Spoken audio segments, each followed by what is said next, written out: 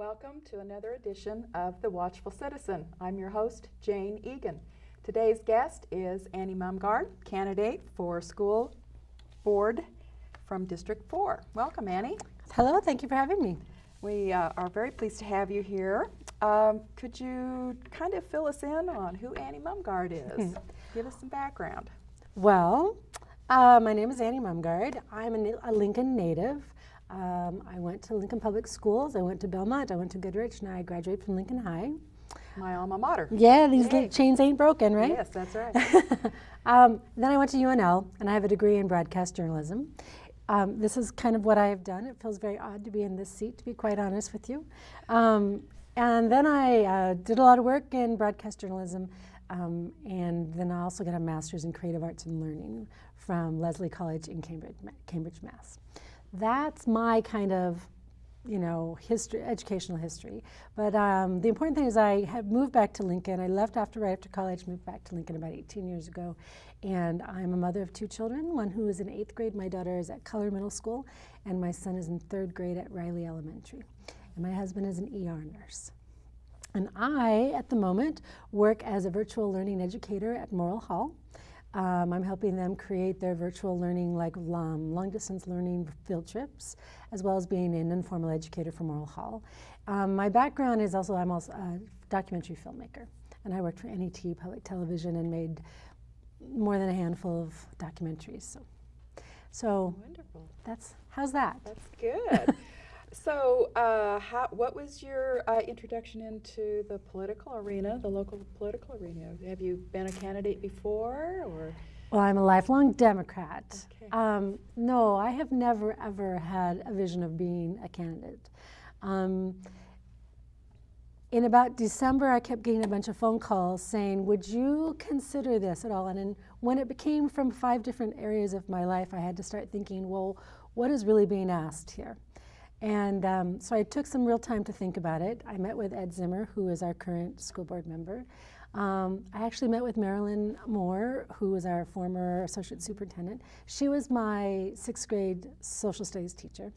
So I was like, I really wanted to get an idea of the bigger picture, kind of using my skills as a journalist of like, well, what is involved and so forth. So I did a lot of thinking about it, was like, what was being asked? And I think when I came to the conclusion that it's really important to me that the school that my children go to and their friends and all these children that I don't know, it's very important that they have a solid public education. And we have a really good public education system. And school board to me is one of those things you don't think about when things are working really well. It's like the hidden support system. And I think our schools are still working really well. I think they came under attack in the fall, and with Ed leaving, it became very important of like, we need a strong person in there to kind of help keep it steady. And I just came to realize that I have those skills. I have the passion for education. I have the passion for LPS from being a product of it, and it's very personal. My children are there. And so it became realized that, yes, this is what I need to do this. And then it became, I want to do this, which is a very interesting process of getting there. So I'm terribly excited actually now about the prospect of actually being on the school board and helping to keep a really strong system going. Do you have an opponent running against you in District 4? I do. It's another Democrat, a very lovely young man named John Cartier. He's a law school student, so I do. It's just John and I at the moment. Okay. Tell us a little bit about the District 4. How many schools are there? What's the breakdown for high schools and the lower grades? Give us some demographics. District 4 is kind of a weird little district. It goes from right south of O Street, just a couple blocks there in the Woods Park neighborhood. It goes down about 33rd Street, takes in a little bit of the East Campus neighborhood, which is where I live. And then it kind of scoots over to 27th Street, does the whole 27th Street corridor, scoots over to 14th Street, and does the whole 14th Street corridor out to Coosier. It includes Hartley Elementary, Clinton Elementary, Belmont, Goodrich Middle School, and Coosier Elementary. So it feeds into North Star and it feeds into Lincoln High, which is very fascinating to me that it's the district that the schools that I went to. I grew up in the Belmont neighborhood. I'm a Belmont girl, and so this is that district in that neighborhood. So it's mostly elementaries. It also is mostly the more of our impoverished neighborhoods in our city. Could you speak a little bit to our viewers about the school board itself? How many members are there, and what authorities do they have? There are 7 school board members. They made the districts look so a little bit like they're pieces of pie, so that includes both inner school as well as goes out to our outer reaches of our city. They're not all pie-shaped, and they don't all do that, but that's kind of the goal. There are 7 of us. There's 7 on, look at me, I'm already there. There are 7 members on the school board, and the nice thing about them is that the school board is elected officials. They're not necessarily politicians. And they're there truly to be the public voice of the public, for the public education aspect of it. As I understand it, there's really kind of 3 roles for the school board. One is that they set the policies and kind of the guidelines. They definitely are the ones and to me, they set the strong policies so that the teachers, our talented team of teachers and administrators and all the support staff can do their job well, and that's what it's about. The second is that they create the budget and figure out how to spend our money and our resources wisely, equitably, and towards the greater goal and to take us towards the future. And then the third role, as I see it, is that they set the vision for the direction of where we want our public education to go.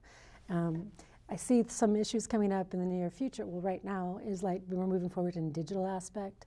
So that is one of the big things that being looked at is how do we set guidelines for digital and learning, curriculum, technology, and all that. So those are kind of the role of the school board. I've had a lot of people say to me, oh, well, I want you, if you get on school board, can you fix? And I've come to realize that, the school board may not be able to fix, but it is the place for the voice for the public to be heard and to take a look at some of the issues. Someone has said, looking at playgrounds and are they inclusive for all children? If you're for handicapped children, are they as inclusive? The testing aspect, testing is something that as a parent, it's really, April is pretty much gone to testing. It's very, talk to any parent and they can pretty much tell you that. Can the school board fix that? I don't know. I don't think we can because a lot of it is federal. But I wonder if there's not ways that we could be more creative thinking about, well, what kind of testing do we do and when do we do it and how do we have to do it? I don't know the answers to that. I do know that if I get on the school board, I will be joining a very strong team of people who have been working on this, thinking about it much longer than I. And I would be honored to be able to kind of sit down and work on these issues and think through them. So you mentioned part of the responsibility is creating a budget. What is the current budget for the Lincoln Public School System? Oh, you would ask me this. Well, I probably should know that number, shouldn't I? I don't know it, so I can't help you. I know, it's very large. I do know that about 60% of the budget goes directly towards student needs. Mm-hmm. And this is derived from property tax? Property tax, federal money that comes in. And I think there's a third one. Oh, see, I need my cheat sheet for that. But is it on here? It's not on there, no. This is good, I should learn this. I do know if you go to the LPS website and you can find out all that information. If you go into, and you just put up budget, it brings up what the budget is like and how much it is. For some odd reason, no, I'm not even gonna say number because I'm gonna be off. I do know the major proportion of it is spent on education. I mean, directly towards the children. Okay. So you must have a vision, and you're wanting to share that with the other board members if you should be elected. Tell us, what is your vision for the Lincoln Public School System as you see it? Well, first, I think we have a very strong system. So the first thing is that I would want to join with those who have been working on this and keep us as steady as possible. I think we have extremely talented teachers, we have talented staff. I'm a filmmaker, so I think visually. And since I decided this is the direction I wanted to go, what I keep seeing in my head is a ship, like a very big cruise liner type of ship. And that our LPS system is on this ship. And everyone within our LPS system from those who are making the hot lunches for our kids, to those who are sitting at the door making sure that our schools are as safe as possible, to our paraeducators or educators, and then of course all of our students, mine, yours, every child of every parent, is on that ship. And that what the job of the school board is to make sure that that ship stays as solid as possible and as steady as possible as it's moving forward. When we're going to hit stormy seas, it's going to either have to do with money, or it's going to have to do with ideology, or it's going to have to do with testing, who knows what. But the school board's job is to work together and try to keep the ship as steady as possible going forward. That would be one of my visions, to help do that. Another is my background is in visual learning. And we are moving into the 21st century with both our curriculum and our technology in the school. So I would like to take my ability to think through those issues. Those are things I've been thinking about, talking with teachers about, figuring it out myself. What is our best way forward? What would be some of our best goals and policies to have, so that we would not just be randomly going forward in using technology with our kids, but doing it with a vision, with a goal of the curriculum. The technology follows the curriculum, not the curriculum following the technology. I think that's very important. Another aspect I really would love to work on is, how do our kids spend their day? The hours that we actually spend and how their day is spent. I think our kids' days are so prescribed, and our teachers are having a very hard time using their gifts as teachers. Where does that come from? Is that because of federal standards? Is it because of policies that LPS has put in place? A little bit of everything. I think that, to me, would be something to really look at and see if there's a way of letting it breathe a little bit.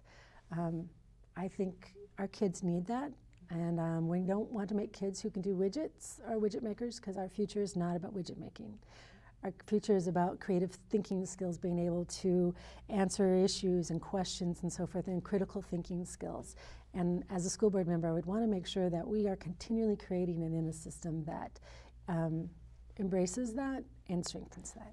So what I'm hearing is that maybe you would be in favor of more physical education, arts, music, those kinds of things inserted into the curriculum a little Strengthened, stronger? definitely. I mean, they're in the curriculum, but I think they need to be strengthened, absolutely. I think our physical activity, our playground time, our recess time, I think, I'll put this out there, whether it can be done or not. I mean, I think kids don't get a long enough lunchtime. I go to eat lunch with my son, and I can't eat my lunch in the 20 minutes given to us to eat our lunch, and he's never finishing his food. And I look around seeing all these kids not finishing their lunches, and I'm like, how can we consider ourselves healthy schools when we don't even give our kids enough time to sit and eat? Now, I'm not blaming anyone, because I think the days are so prescribed. Like I said, I don't know exactly where that comes from, but I would really love to jump into that, and really, is there creative thinking we can think about to maybe make that better? Healthier, more activity, maybe less time testing. I don't want to go there too much, because I really do think we are handcuffed a little bit. But again, handcuffs are only sometimes in your mind, and maybe there's ways of breathing. Definitely bringing back the arts, or strengthening the arts. I don't think the arts have gone away, but strengthening them. Your mind thinks differently when you are asked to think in artistic or music ways. Absolutely. And as an artist, that's very important to me. And I think it would strengthen our scores. I mean, I think it would help us out in the long run. Again, why is it not like that? Yeah. And when did it change? I remember too, I'm old, and so I am very happy that I went to school when I did, and I would be very unhappy, I think, going to school today as a young person. I think too that it's just too constrictive. Yeah, something has happened. Yeah. I actually think we're on the edge of change. I think we swung to, we have to keep up, and so the standards. If people really want that to change, we need to change it at a higher up level than your local school board. We need another approach to No Child Left Behind. Had some really good aspects to it, had some other aspects that have not worked well for us. But I agree with you that our children need us to be using some creative thinking to say, how do we go forward? Great. You talked about spending, how the children spend their day. What are the things that are of concern to you? You know, I love the idea of that one school that's doing the composting, because I've seen kids throw away so much food. I think that would be a great thing to Maybe if they expanded their lunch time, they would eat more, and we wouldn't be throwing away so much. That's very possible. That's very, very possible. So the question was, what are other visions? What are their... Yeah, you said composting was an interesting aspect of what the kids are doing.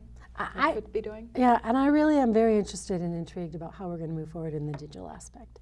Both of my children at Color was the pilot school for them bringing home and not everyone having a tablet. And at Riley Elementary, where my son goes, was the other pilot school. So I have this experience as a parent of children going through the pilot program. And by and large, it was a really positive experience and has been, but there are some issues about it. One thing as a parent that I've noticed is that when your child is doing all their homework on a tablet, I never know what she's working on because there's no math book or anything sitting out. And I've mentioned this to a couple of administrators, and they're like, those are things we need to hear. So, you know, maybe there's another way too of like, we need to hear more from parents. Because being on PTO, I would hear a lot of things, and I'm not sure it kind of gets up to the school board. So I'm kind of hoping that I don't lose that hearing from parents. That connection. Connection. Which I also think is something I bring. Being a parent still, and a parent of smaller children, I'm not going to be leaving that network. So I think I really bring that with me as a fresh perspective to the school board.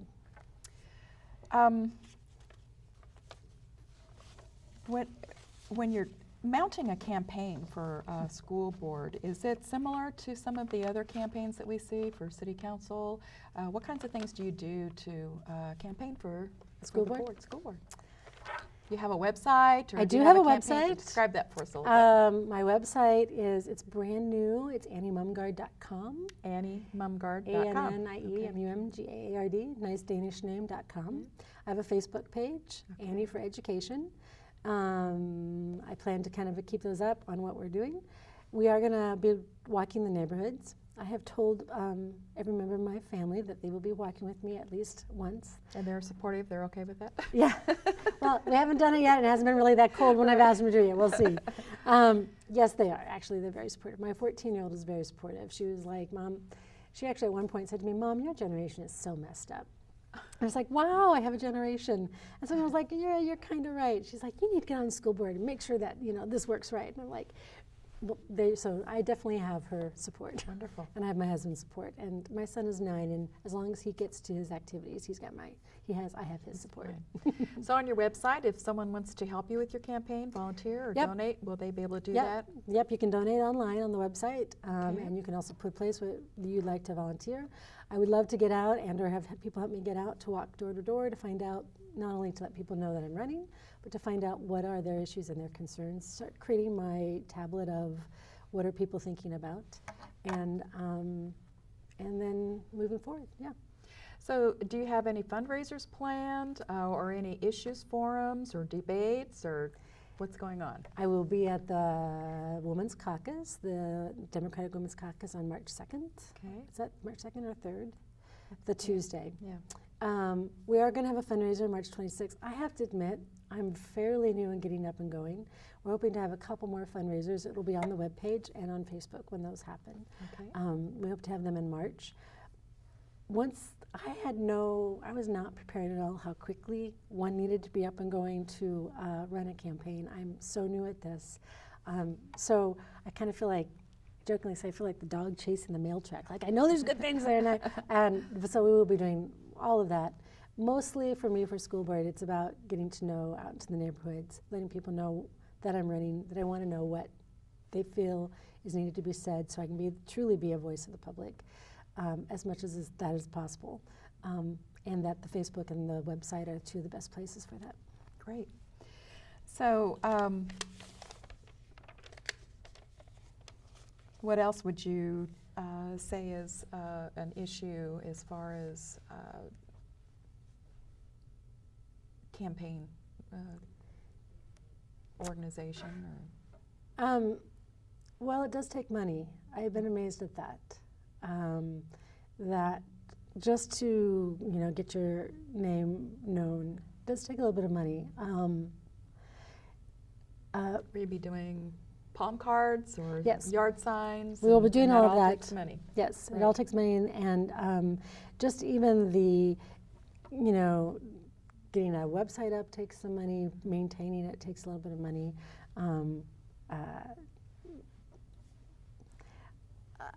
As I said, I'm a journalist, so it's very odd for me to be on this site. So I'm really learning what it's like to not be asking the questions and trying to be answering the questions. But I think that's a skill that I'm going to be bringing to both the campaign and to the position, is that I ask a lot of questions, and I want to know, and as a documentary filmmaker, one thing you do is you ask questions on both sides of an issue so that you can kind of figure out how to present it in the most objective way as possible. And that's, I think, a skill I'm going to be bringing in the campaign. That is really one of my goals of, definitely be walking and knocking on the Democratic households. But, anyone else too wanting to hear what, in my district, what do you have to say? I mean, we don't all have the same experience. What is the general makeup of the school board At the moment. at the moment?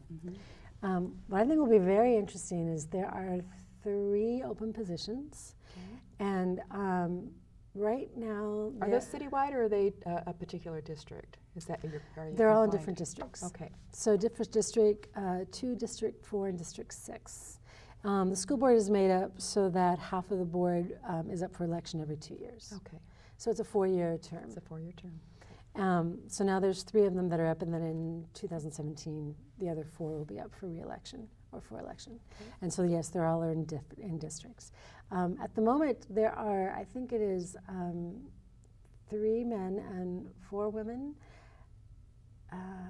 or opposite. And if the Democrats take over, the women will overrun the men. But Okay. Sounds good to me. yeah, it is what it is. It is what it is. In the few minutes that we have left, Annie, if you want to just go over again some of the issues and things that you're concerned about to let our viewers know, and then tell them again how they can contact your campaign. All right. Well, as a school board member, one is setting policy, one is setting a budget that is a wise use of resources, and the third is creating a vision. I think our school is running pretty good. I want to be the person that kind of helps continue to run it pretty good, and also to continue to make it better. I also want to make sure that we are always having an inclusive and respectful school system. And inclusive means so very many things. And it's not 1 issue or 2 issues, it's very many issues. We have over 32 languages spoken, or more than that, in the entire LPS system. That means there are 30, at least, if not more, 32 different perspectives on the same issue. And many, many, many different kinds of children walking through those doors. Every single one of them should be walking into a place where they can do their best set of learning, where they can feel welcomed and respected and be able to meet their educational goals. That is going to mean, it's not just tolerance on our part, it means that we are creating a system in which everyone is welcomed and respected. And that is one of my visions as on the school board, to make sure that that is definitely kept in place and is solid. I think that also runs right into when you create the budget. Beautiful thing about LPS is it's 1 district, 1 set of resources for all the children in the city. We don't split it up saying this part gets this much and this part gets this much. It's 1 set of resources. So that theoretically every child can have access to the same education. The thing about Lincoln too is that, if we have pretty much open schools, if you are not happy in the school that you're at, there is a process to be able to go to another school. It gets even easier when you get up to high school and you have school choice. I don't think we need to change that. And if we change that, if we start talking about anything that changes that, then I think we're really going to be ripping at the fabric that has created such a strong school system. So those would be mine, is make it as inclusive and respectful and welcoming, continuing to do that and to strengthen all of that, to continue to be using our resources so we are working towards the greater good and most equality as we can. and to continue to pushing us forward and having a vision for the future, which is, our children need to be learning with 21st century curriculum, 21st century tools, be ready for the 21st century, which means a mind that can do critical thinking, can do creative thinking, and as well as knows their 3 R's. Great, wonderful. And again, your website? My website is anniemumgaard.com, Okay. ANNIEMUMGAARD.com. Okay, great. Well, that wraps up another issue of the Watchful Citizen. Our guest has been Annie Mumgaard, candidate for Lincoln Public School Board from District 4. Thank you, Annie. Thank you for having me. Come back. Well, thank you. Okay.